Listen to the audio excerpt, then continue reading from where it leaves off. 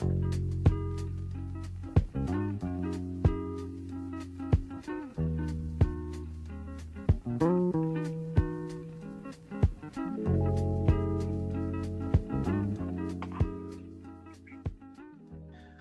right. Well, good evening and welcome to another Brighton News discussion.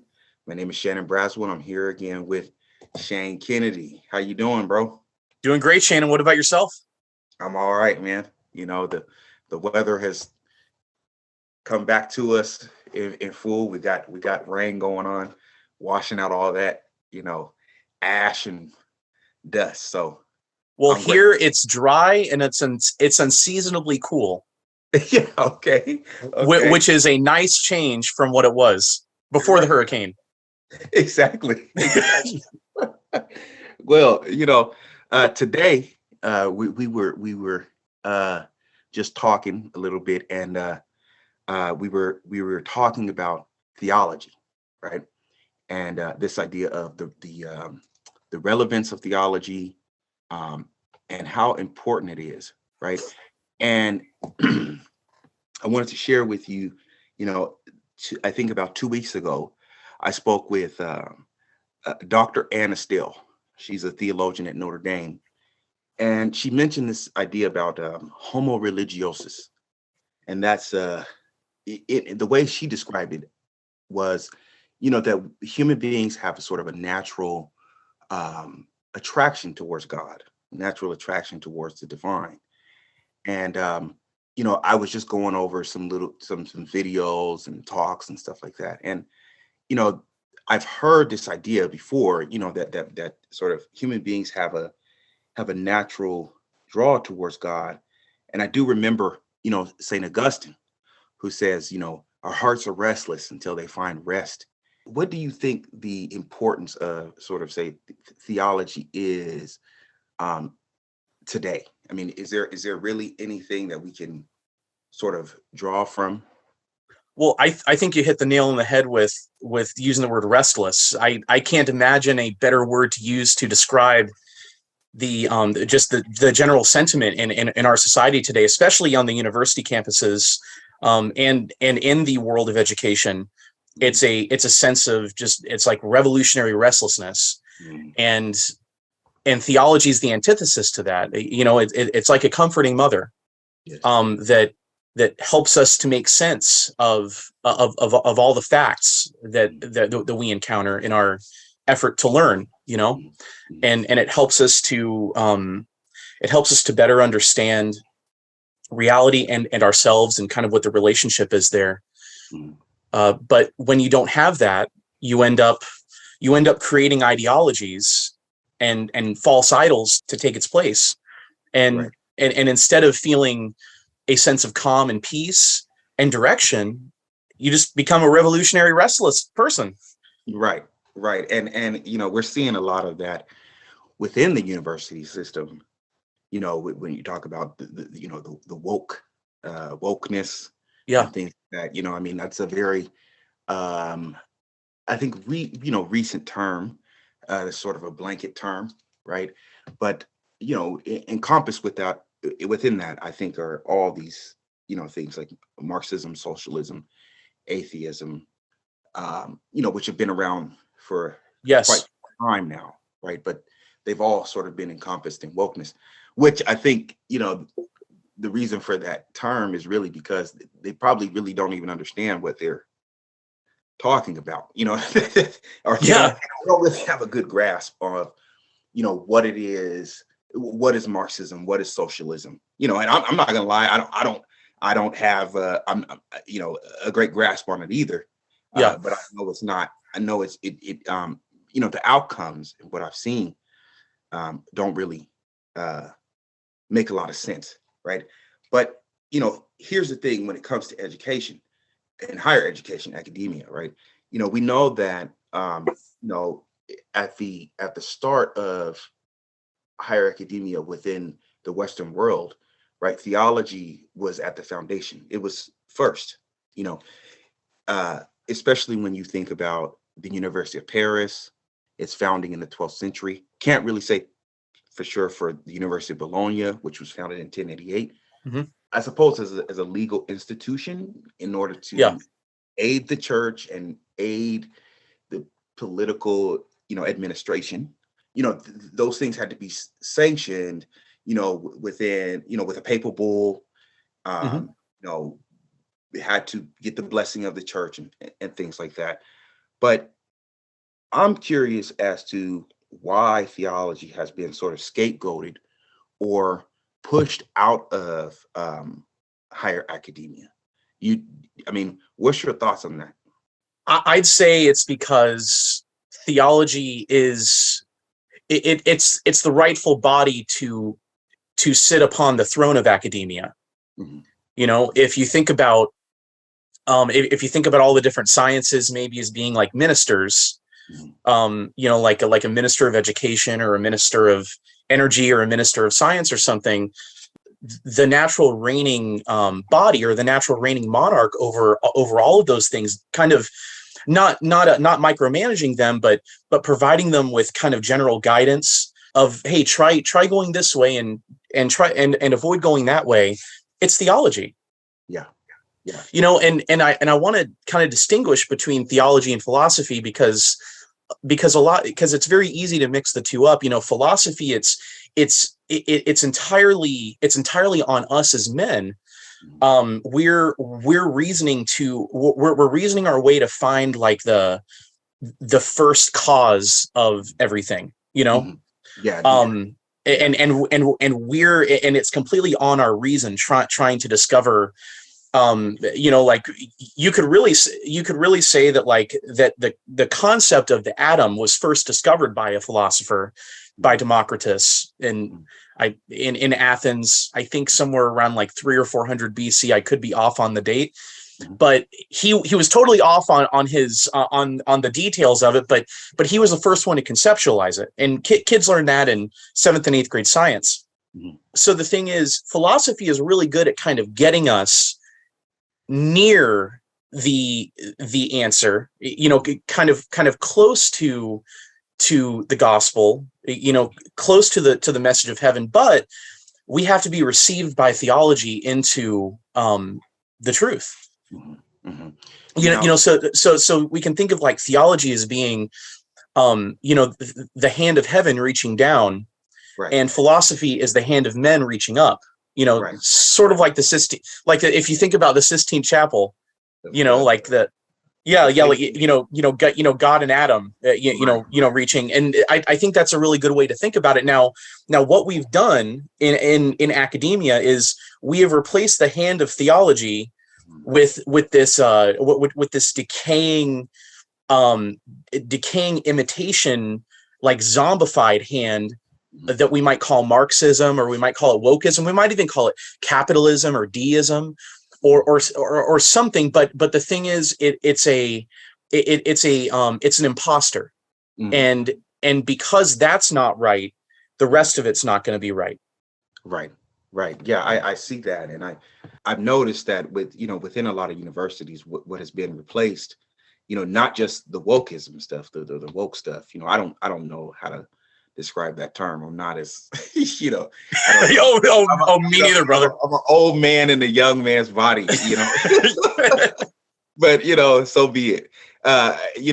You have the woke stuff, and then there's sort of this idea that all religions, right, all faiths are the same, where they don't have priority over one another when it comes to education, right, or when it comes to Right. university system. So you have these classes or these subjects, disciplines like comparative religion, right?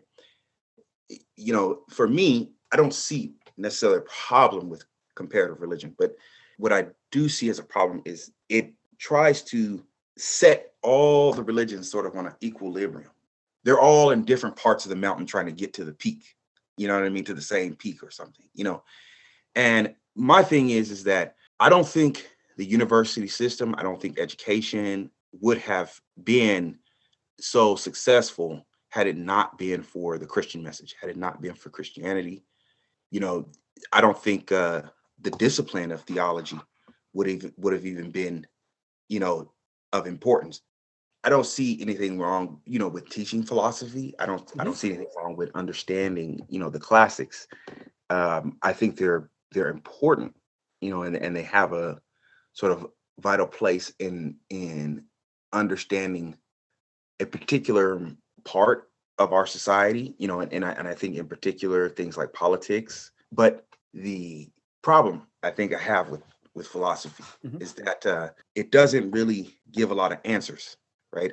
And Right. the reason why philosophy doesn't really give a lot of answers is because I think originally philosophy did not have a kind of ethical component to it. When it came to like the Greeks and the Romans, it was either do this or do that. It's a command, and there wasn't any kind of reason for it or behind it. I mean, I could be wrong about that, but I did listen to a historian on philosophy. His name is Remy Brog, Mhm. and he says, that the one component of philosophy that was missing was ethics, and that the introduction of ethics came by way of Christianity. So Yes. this discourse on what man ought to do or how they should live, was sort of a foreign idea to the classical world until the introduction of Christianity. And so my problem is not so much that philosophy is a discipline or philosophy should be studied, but that it supersedes theology. It drives theology out. And that I think is what results in not schools and universities not having purpose, Mhm. not having a real purpose, right? Because to me, philosophy is just about a whole bunch of questions on top of questions. You could ask this question, but I can't tell you what you ought to do. I Right. cannot tell, I can't say what man should do. I can just tell you what's happening and then propose all these questions or ideas about what should happen, and then we go from there, and it just keeps going, right? And that I think that has bled into the wider society, right? This idea that you know there is no real answer to anything. There's no solution. Mhm. you know it's all just how you think about it. It's like you were talking about, this idea of the individual, and your will, right, and what you want to do as a person, right? And I think that has really stifled the university as a whole, right? Because again, there is no real foundation. I mean, when you're going through a rough time, you're trying to seek answers in your life. Certain, most scientists can't answer these questions, and I said that Right. to Dr. Estelle. And you're not going to find it in Plato either. Right, you're not gonna you're not going to find it in Plato and Socrates. You're definitely not going to find it in Socrates, right? Because here, it's It's just going to like, beget more questions, right. and It's going to be get more questions, make going to get people people mad, and then they're going to want to make you drink poison tea. right. And the funny thing is, I noticed that it's, people have made these comparisons, like, well, you have Socrates, who's the philosopher, and then you have Jesus. So and they're pretty, they have similarities. They were master teachers, and they were both scapegoated and dribbled out in the community and Mhm. stuff like that. And I'm like, yeah, but Jesus told the truth. That's the difference. And yes, maybe Socrates might have been sort of a foreshadowing or something like that, like the prophets or something. But my thing is that even the prophets, you know, sinned. Even the prophets had problems. So, Yeah. if you're going to look at sort of the prophets or these philosophers as being sort of the end all be all to wisdom, then you're going to hit a bumpy road. You know what I mean? Because we could go through. You make comparisons about Socrates. Well, okay, you make comparisons of Socrates and David, or King David. Socrates and Moses. All of these people, right? And so, my thing is that I feel as though Christianity, being that it created the foundations for the university, why is it that it has been, why has it been sort of shunned by the educational system? Is there a sense of like it's irrelevant? It doesn't have any real purpose because it can't give me like physical answers. There's no healing, like you're as far as medically, you know what I mean? I'm not, any better for understanding theology or, engineering. It doesn't make for better roads. Or someone might say, politically, all it does is cause more strife, right? Like I can understand people saying that. I can understand where they're coming from, in the sense that they don't feel a direct impact when it comes to theology. Do you agree with that? Or Yeah.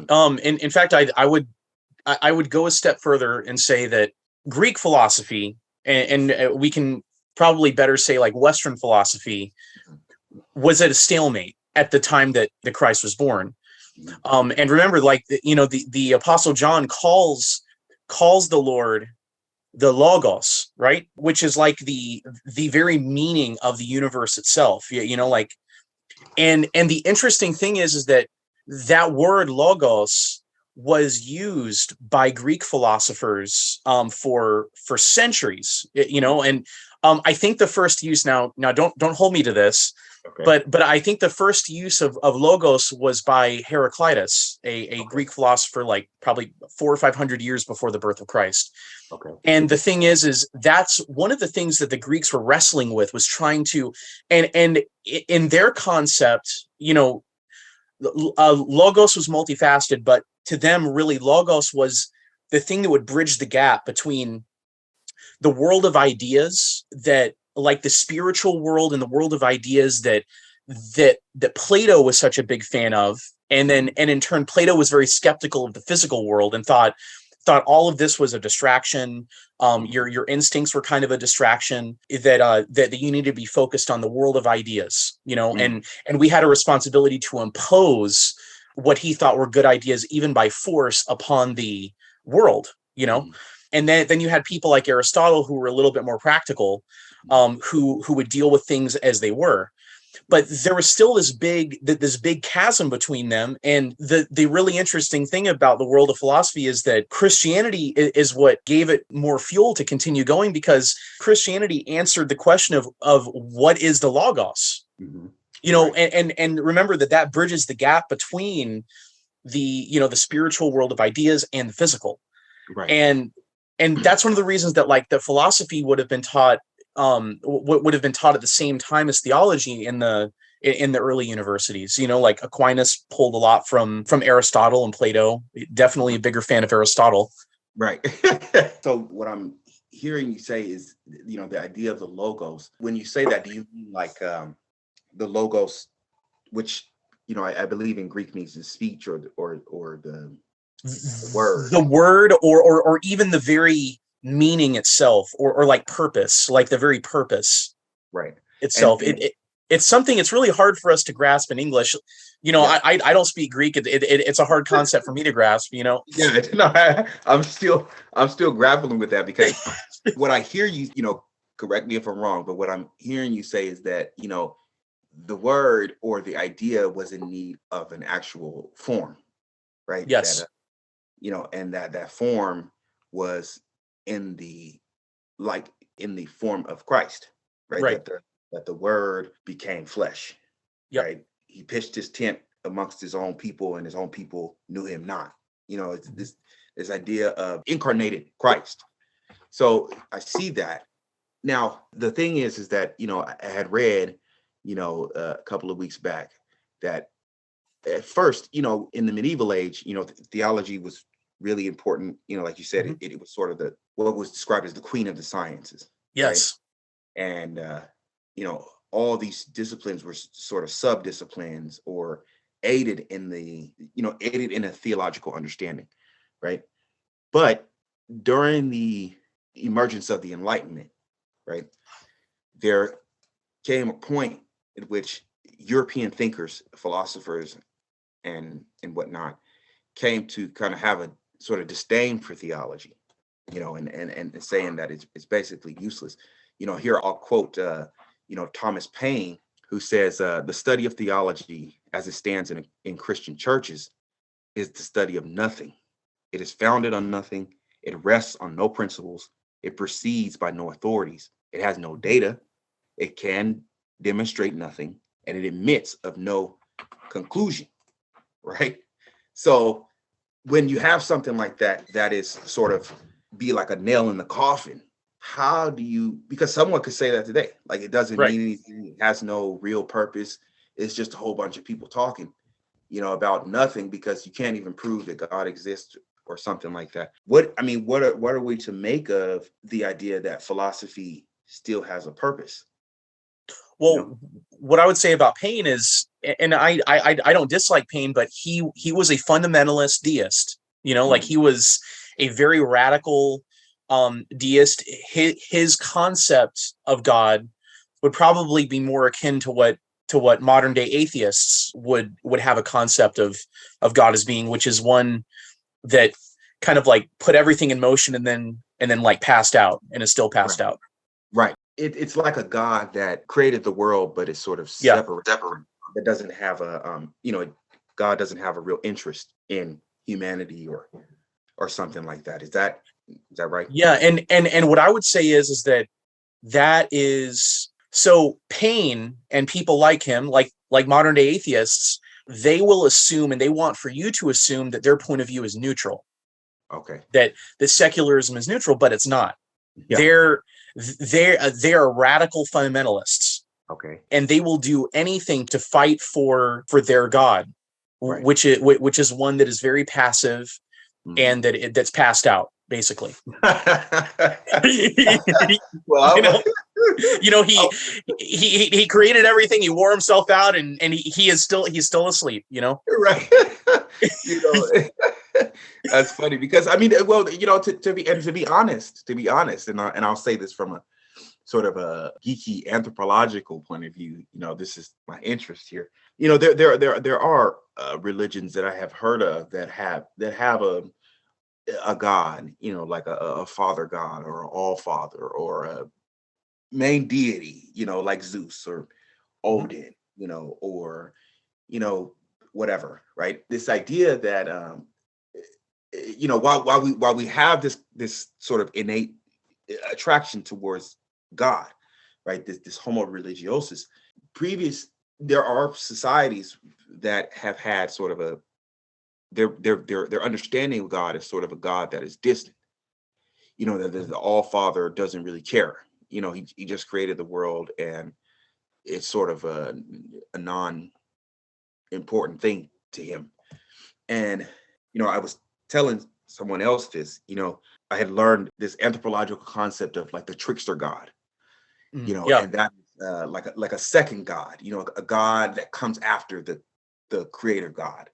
Right. And that this trickster God, or this trickster semi-deity or demigod, like Prometheus or something like that, he steals fire from God. There's an African story by the Akan peoples, the Ashanti, called Anansi. Anansi, who's a spider god, but he's also a trickster god, and he steals the myths and the stories and stuff like that from heaven, from God. And and I made that comparison. Now, this is just me kind of like being, me. No, and I'm thinking like, well, that's a very good contrast to say God and Christ, right? Because you have God, the Father, the Creator, who loves mankind, who wants us to gain knowledge and have a greater understanding of Him. And Christ comes down to show us, right? In other words, Christ is not in conflict like the trickster God, like Anansi or Prometheus, to God. Yeah. His son is not in rivalry with him. There's a verse in the Bible that says, he didn't think it robbery to be equal to God, because, and I don't, I'm not a theologian. I can't say why, but, it was striking to me to kind of think about that, in terms of these stories and these myths, and then compare that with the story of Christ, being the child of God, but is not in rivalry with God. He doesn't fight with God and to save humanity, right? He works with God. He's in union with God to save humanity and restore us back to a good relationship, a right relationship with God, right? So it's redemption. But I'm curious about what you think about these new atheists, right? Like, I mean, maybe that's a dying thing. Maybe it's something that is not too relevant now. It's starting to die out. I don't know. I mean, Yeah. maybe like with the Richard Dawkinses and the Sam Harrises, now they're being met with the Jordan Petersons. Well, and in many ways, I mentioned earlier that everyone that without proper theology, it makes everyone into a restless revolutionary. Mm-hmm. Well, what it is, you end up having one thought pattern that will dominate for like a decade or something. Then the new thought pattern will take off, or I guess rather than thought pattern, I think ideology is probably a better way of putting it. A new ideology will come to reign, and then that one will have to behead the previous one in order to rise to power. And in many ways, it's sort of akin to the Greek and Roman stories of how the current generation of gods came to power. Was they would have to behead, maim, and destroy, or imprison the the previous generation that gave birth to them. Right. And it's the successive thing, and in many ways that's what we're dealing with now, but on a very it's almost like, it seems to me, it's almost like within a decade you end up having some brand new band of restless revolutionaries that come to power with some set of ideas that they think are brand new. They're going to revolutionize everything. Then they end up having to behead all the last people. Like 10 years ago, Richard Dawkins was viewed as being a cutting edge radical. Now he's viewed as being in that world of revolutionaries. He's viewed as being part of the ancient regime, as part of the old order. He's outdated, bro. Yeah. That's the thing you're talking about, the snake eating itself. Yes, yeah, exactly. Because it's true, man. Like I remember what was that dude's name? It wasn't Richard Dawkins. He's a linguist, and he has some different disagreements with. Is it Sam Harris or no Sam Harris? I think he's the philosopher. He's from Quebec, comes from Montreal, got the long curly hair. Oh my goodness. Oh man. Anyway, I don't know. Yeah, he's a linguist and stuff, and he was talking about like how he thinks violence has subsided over the years. So he wrote a book about like he called it, I believe it's called something about good and bad, the angels and demons or something like that. This idea that human beings are progressing towards more peace and stuff like that. And this was written probably a couple of years ago, and over the years, I mean, of course, we've seen that maybe that might be put into question, could be put into question, right? With everything that's going on right now. It's so hard to even really keep up with a lot of that, Yeah. and honestly, I would say that if for any reason you don't start studying theology, this is a good reason to start studying it. Yes. To be honest, I don't know what the hell is going on anymore. Excuse my French. Man, I'm just like, I don't even know. I turn it over to the Lord, bro. Amen, brother. But I do see what you're saying, because it's like a long time, when we were in high school and stuff. I mean, they were really big figures, as far as the intellectual community and stuff like that, and even Richard Dawkins, his sort of loathed, he loathes theology like nobody else I've heard, but of course I haven't heard from him in years. And, I'm not saying that's a bad thing. He's been put out to pasture, like he's done, he's well done. And they have cast him aside. But you know what? Here's the thing. I bet you the theologians would happily, accept him into the fold and say, look, man, yes, I'm happy to talk with you now if you want to do that. That's the good thing about Christian theology, is that it first and foremost is this idea of forgiveness. Yes. This idea of forgiveness and understanding. And I was talking about that again with Dr. Anna Steele. I was telling her, as a young person, I can understand why young people have a sort of detachment from theology, from God, from faith. And one, I think it's because older generations have tried to teach us that theology is sort of embarrassing, or belief in God is embarrassing, or it's childish. The other thing is theology has been sort of seen as a cocoon, or the womb. I know this is bad because I can't remember names, but so be it. Says that he's like basically saying that um, religion is sort of a womb, or a cocoon that we have yet to shed, that we have yet to sort of let go of. It's sort of an evolutionary process, that we have to go through. And my thing is okay, well, if that's true, why has it been around with us for so long? Right. Even if we say, despite like the emergence of Christianity in the last 2,000 years, there's still been this talk of God. There's still been this talk of trying to understand God's will, right? And that, you can say that. I don't want to use the term primitive religions, but I don't know any other I don't know any other word to use. Being in tribal groups and things like that, we've always had this sort of, if subsistence is the word, on a belief in God or a deity. And so I'm just thinking to myself, like, how, if religion and faith and trying to understand God and theology are just sort of a cocoon that we need to break out of, then even if that's the case, right? Mhm.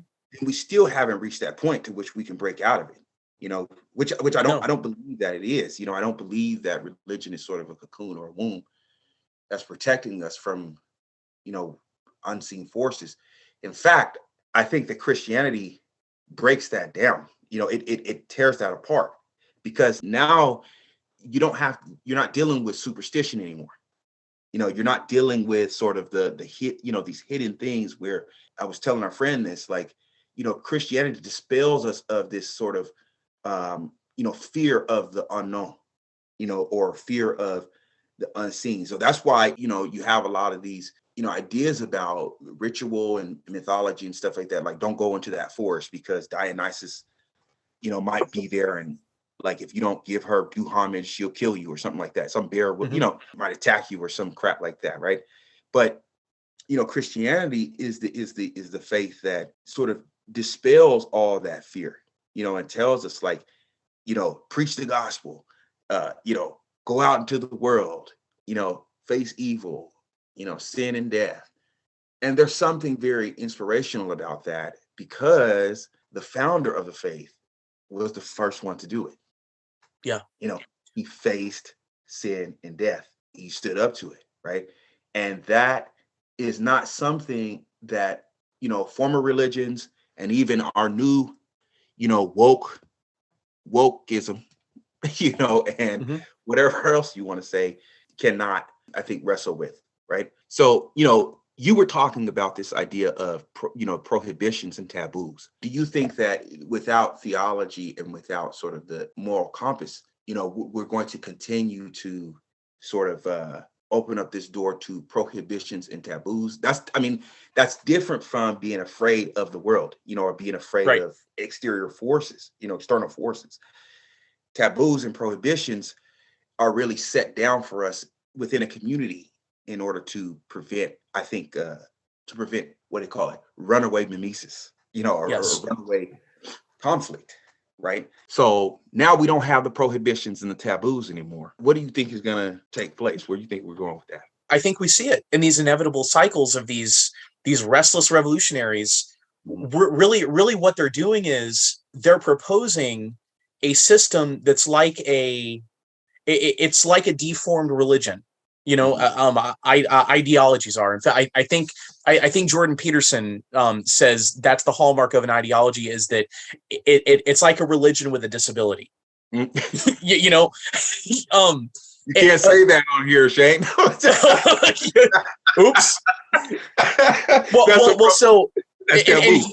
and the thing is, so you can look at Marxism, you can look at modern day wokeism, you can look at capitalism, you can look at all the different isms, and they all have most importantly, they all have a set of taboos, of prohibitions. Mhm. You know, if you look at capitalism, if you really want to upset those people, you tell them that you're going to pass some kind of a regulation on some industry that's in the public good, you know, Right. and those people, they'll have a conniption. Right. If you say that you're going to deregulate something in favor of the public good, and you say that to a group of Marxists, they're gonna have a meltdown too, because kind of I'd argue that the organizing principle of these ideologies, what do they have prohibitions against? Mhm. You Mhm. know, and what they're doing is they're filling in the gap that theology would otherwise fill. You know, Mhm. because the thing is, the world that was built by Christianity was radically different than the world that came before it. You know, Mhm. Mhm. and you know, universities are an example, and there are many other different institutions that were directly born of Christianity. Mhm. And so the rightful ruling body of that would be theology, Mhm. of the society. But we're talking specifically about education. The rightful queen of education is theology. Mhm. And since that queen has been pushed away by many, Mhm. in place is some harlot with a disability, Yes. Yes. you know, which will be Marxism. For some people it's capitalism, for some people it's communism, for some people it's wokeism, for some people, you know, you can take any word that has ism at the end, and that can be the ideology that will reign supreme. And the hallmark of those ideologies, it's the prohibitions, Right. you Right. know. Right. Right. It's the prohibitions. Yeah. I mean, I feel as though, as far as theology goes, what if someone would say, well, you know, are you just speaking about sort of the inheritance that theology is supposed to have, or are you saying that it's actually relevant? You know what I mean? Like there's this kind of idea that, well, Mhm. because because theology has reigned for, as the queen of sciences for such a long time, or it has been the foundation of, universities, also hospitals, secondary education, ending of slavery, Mhm. and things like that. Would you say that, like, okay, theology sort of has a right to inherit that and a right to be respected, or is it that theology is still relevant in our society and in our universities, and we see the result of casting out theology by this replacement of the wokeism and the Marxism and the, all the isms, right? Does Yeah. that make sense? Do you think that theology, right, is sort of its its rightful place within the educational Mhm. system? Does it have a rightful place because it has inherited that, right? It's kind Mm. of like, okay, put it like this: Okay. King Charles III, right? He didn't do nothing. He's Mhm. not, whatever. And I'm not even trying to, say anything bad about him. You know, I'm just using this as an example. Yeah. He just became king. He really doesn't have no value or something like that. Someone might say that, right? Uh, he's just the sort of figurehead for all the traditions and everything that was passed down to him and the English people. He's a Yeah. representation of that, but it doesn't really have any real importance to everyday society. Does you see where I'm going? Yeah. So it's like theology has the right to be the inheritor or the queen, but does it have some sort of value in terms of, society, right? Like, you get where I'm going with that, or Yes. okay. Yeah. So what I'd say is that you're always going to have something reigning in that throne over education. And of course, we're talking in a purely abstract sense here, you know, like, but there will always be some principle, some set of ideas that's going to be an organizing principle for the sciences, Mhm. for the way that you interpret the facts. And the thing is, it's not something that you'll be really conscious of. It's sort of like a fish in water. Fish aren't aware of water, just like we're not aware of the air around us. Right. Theology and ideologies are things that in many cases most of us aren't really even aware of the fact that it's filled the ether around us, and that it has such a big impact on the way that we view the world. Like I'll give you an example. In pagan Europe, a lot of the origin myths about how the world came to be, which there were a lot of them, but one of the most dominant ones was that the cosmos were ever present. That they were not created into existence. Right. That it was just an ever present, and it was chaos. It was just an ever present chaos. Right. And so when the backdrop that you're looking at reality from is one of just pure of eternal chaos. Yeah. It would make it very difficult for you to have to have reason to think that you can go out and search for universal patterns. To go out and think, okay, I'm going to see if there are laws of motion. I'm going to go out and see if there are universal laws of morals. If the nature of reality is one that has always existed and has always been chaotic, and it's just as chaotic now as it was, infinity years ago, or an infinite number of years ago, then what's the point? Right. And I think that's one of the reasons that there was a lot of intellectual curiosity in the ancient world, but there wasn't nearly as much as there is now. Right. You look at kind of the backdrop that all of us are looking at reality from. Even if someone says that they're an atheist, they still are existing. They're still existing in the backdrop of all of what you see around you was created by a rational mind. Right. So they're assuming that they can go out through whatever avenue of science. They can go out and explore and discover universal patterns, and then they can use those patterns that they discover to further understand reality in more detail. Right. But the thing is, that wouldn't be possible in the pre-Christian backdrop. Right. And why is that? Because it's not put into order. Right. Because I guess, to put it as succinctly as I can, we assume order in reality, right? A pre-Christian world assumes disorder. Yes. Okay. Now, of course, there are exceptions. There are definitely exceptions. Yeah. But the norm today is to assume that reality is orderly. Right. But just as prior to Christendom, the assumption was that reality was disordered. So with a lot of things, you really couldn't conceive of something like chemistry back then, because things are fundamentally disordered. Right. Okay. I'm starting my wheels are starting to turn, and I'm starting to see what you're saying. But this has been a very interesting conversation, and I think we should carry this on into our next conversation, which we'll have in a couple of weeks, about secondary education. So yes, with that, thank you for joining me again. And well, Shannon, thank you for having me. Yeah, let's keep this up, man. Well, I'm looking forward to the next one. All right, sounds good, brother.